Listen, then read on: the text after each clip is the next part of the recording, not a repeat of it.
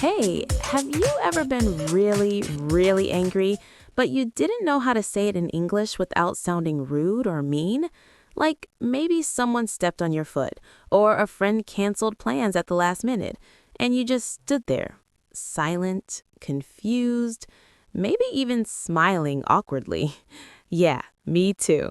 Well, today we're going to fix that problem forever. Stay with us. Hey everyone, thanks for listening to our videos. You're listening to Mr. Englishman. I'm Max, and with me here is the always amazing Lily. Thanks, Max. And wow, today's topic is so important. We're talking about how to express anger politely in English. Because here's the truth. Everyone gets angry sometimes. It's normal. It's human. But if you don't know the right words, you might sound too aggressive or too weak or just weird. Exactly. And by the end of this episode, you'll have real, natural phrases that native speakers actually use every single day. You'll sound confident, polite, and clear. No more awkward smiling when you're actually upset. Yes. So grab a notebook, get comfortable, and let's learn together.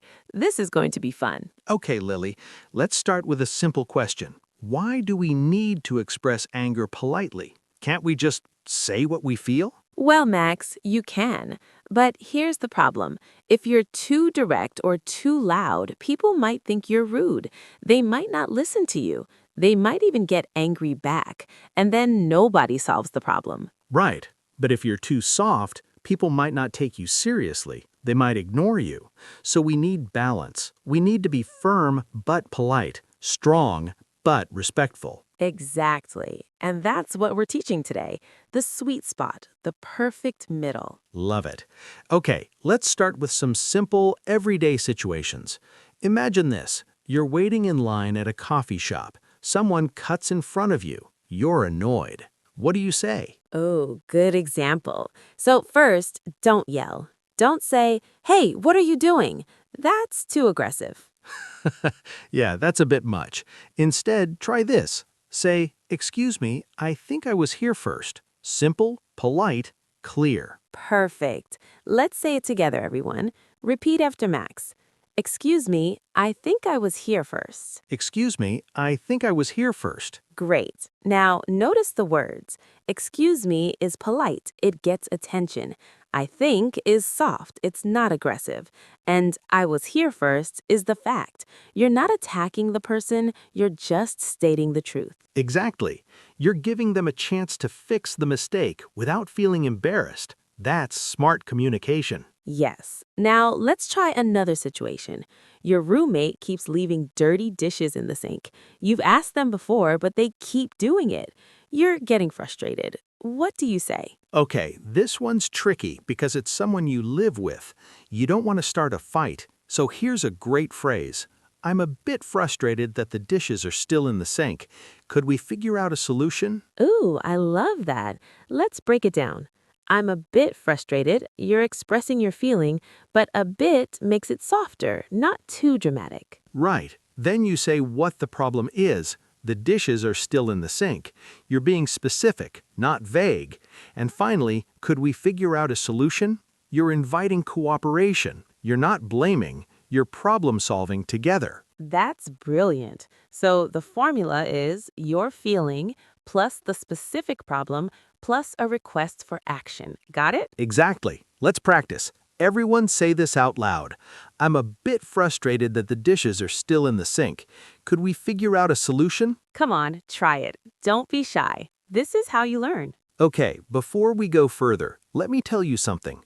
Most English learners make one huge mistake when they're angry. Do you know what it is? Ooh, tell us. They use the word you too much. Like, you always do this, or you never listen. And guess what? That makes people defensive. They stop listening. Yes, that's so true.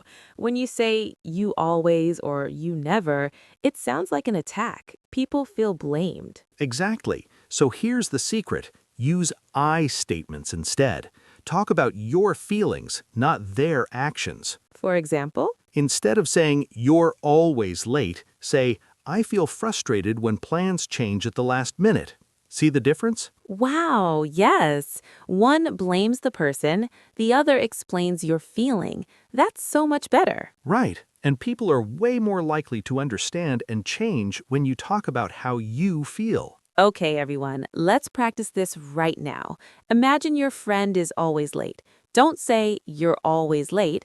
Instead, say, "I feel frustrated when plans change at the last minute." Say it with us. I feel frustrated when plans change at the last minute. Perfect. You're doing great. Let's keep going. All right, now let's learn some super useful phrases. These are phrases native speakers use all the time. Ready? Ready. First one, "I'd appreciate it if you could."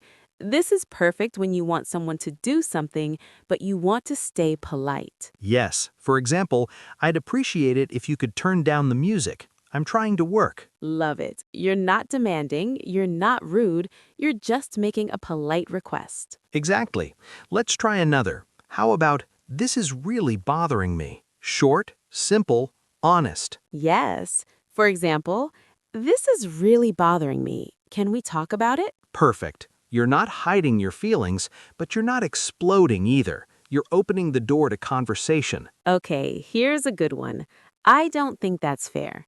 Use this when someone does something unfair, but you want to stay calm. Great example. Like, I don't think that's fair. I did most of the work on this project. Exactly. You're standing up for yourself without being aggressive. Now, what if someone interrupts you or talks over you? Here's a polite way to handle it. Sorry, can I finish what I was saying? Oh, I love that. It's polite because you say sorry, but you're also being firm. You're asking for respect. Right. Let's practice. Say, sorry, can I finish what I was saying? Come on, everyone, say it out loud. And here's another situation. Someone promises to help you, but they don't. You're disappointed. Try this. I was counting on you, and I'm really disappointed. Yes, "I was counting on you" shows that you trusted them, and "I'm disappointed" is honest. It's not angry, it's just sad, real. Exactly. And honestly, sometimes showing disappointment is more powerful than showing anger. So true. People feel bad when they let someone down. They're more likely to apologize and fix things. All right, now it's your turn. We're going to give you 3 situations. You choose the best polite response. Ready? Situation 1. Your coworker keeps using your coffee mug without asking. What do you say? A. Stop taking my mug. B. Hey, I'd prefer if you used a different mug. This one's mine. Or C. Whatever, it's fine. Think about it. Okay, the answer is B. "Hey, I'd prefer if you used a different mug. This one's mine." It's polite but clear. Exactly. You're setting a boundary without being rude. All right, situation 2. A friend cancels plans with you at the last minute for the 3rd time. What do you say? A. You're so unreliable. B. It's okay, no problem. Or C. I'm a bit hurt that this keeps happening. Can we talk about it? The answer is C. I'm a bit hurt that this keeps happening. Can we talk about it? You're honest about your feelings, and you're asking to solve the problem together. Perfect. And last one, someone bumps into you on the street and doesn't say sorry. What do you do? A. Yell, hey, watch where you're going. B. Say nothing and walk away. Or C. Say, excuse me, in a calm voice and keep walking.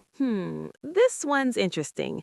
I'd say C is good if you want to say something, but honestly, B is fine too. Sometimes it's not worth the energy. True. But if you do want to say something, C is polite and lets them know they were careless without causing a scene. Exactly. Choose your battles. Okay, here's something super important. The words you say are only part of the message. Your tone and body language matter too. Yes, you can say the politest words in the world, but if you're shouting or rolling your eyes, it won't sound polite at all. Exactly. So here's the rule. Keep your voice calm and steady. Don't shout, don't whisper. Just speak clearly and confidently. And don't cross your arms or point your finger. That looks aggressive. Instead, keep your hands relaxed. Make eye contact. Show that you're serious but respectful. Right. And here's a tip. Take a deep breath before you speak. If you're really angry, wait a few seconds. calm yourself down, then say what you need to say. Yes, because if you speak when you're too emotional, you might say something you regret. Exactly. So breathe, think, then speak. Love it. Let's practice right now. Everyone, take a deep breath with me. In and out. Feel better? Good. Now you're ready to speak calmly and politely. All right, we've learned so much today. Let's do a quick recap. Max, what's the first big lesson? Use I statements instead of you statements. Say, I feel frustrated instead of you always do this. Perfect. Number 2, be specific. Don't just say, I'm upset. Say what the problem is. Right. Number 3, use polite phrases like, I'd appreciate it if you could, or I don't think that's fair. Number 4, watch your tone and body language. Stay calm. Don't shout or point. And number 5, take a breath before you speak. Give yourself time to calm down and think. Yes, these 5 tips will change the way you communicate in English. I promise. Oh, and before we finish, stay with us for one more bonus tip. This one's really powerful. Ooh, yes. Okay, here it is. Sometimes the best way to express anger politely is to ask a question. A question? How? Like this. Instead of saying, you're being rude, ask, is everything okay? You seem a bit upset. Whoa, that's clever. You're not attacking them, you're showing concern. And often they'll realize they were wrong and apologize. Exactly. It's a soft way to call out bad behavior without being confrontational. I love that. So remember, everyone, sometimes a gentle question is more powerful than a direct statement. All right, my friends, we've reached the end of today's lesson. How do you feel? I hope you feel confident, ready, and excited to use these phrases in real life. Remember, expressing anger politely isn't about hiding your feelings. It's about communicating clearly and respectfully. It's about being strong and kind at the same time. And that's a skill that will help you not just in English, but in every part of your life. So here's my challenge for you. Pick one phrase from today's lesson, write it down, and use it this week in a real situation. Then come back and tell us how it went. Yes, leave a comment below and let us know which phrase you used. We read every single comment and we love hearing from you. And if this lesson helped you, please give us a thumbs up, share it with a friend, and subscribe to Mr. Englishman. We make new lessons every week. And speaking of next week, Lily, what are we teaching next time? Ooh, next time we're talking about how to say no without feeling guilty, because saying no is hard, but it's so important. Yes, you don't want to miss that one, so make sure you're subscribed and hit that notification bell. All right, everyone. Thank you so much for learning with us today. We appreciate you. Keep practicing, keep growing, and remember, You're doing amazing. See you next time. bye, everyone. Bye.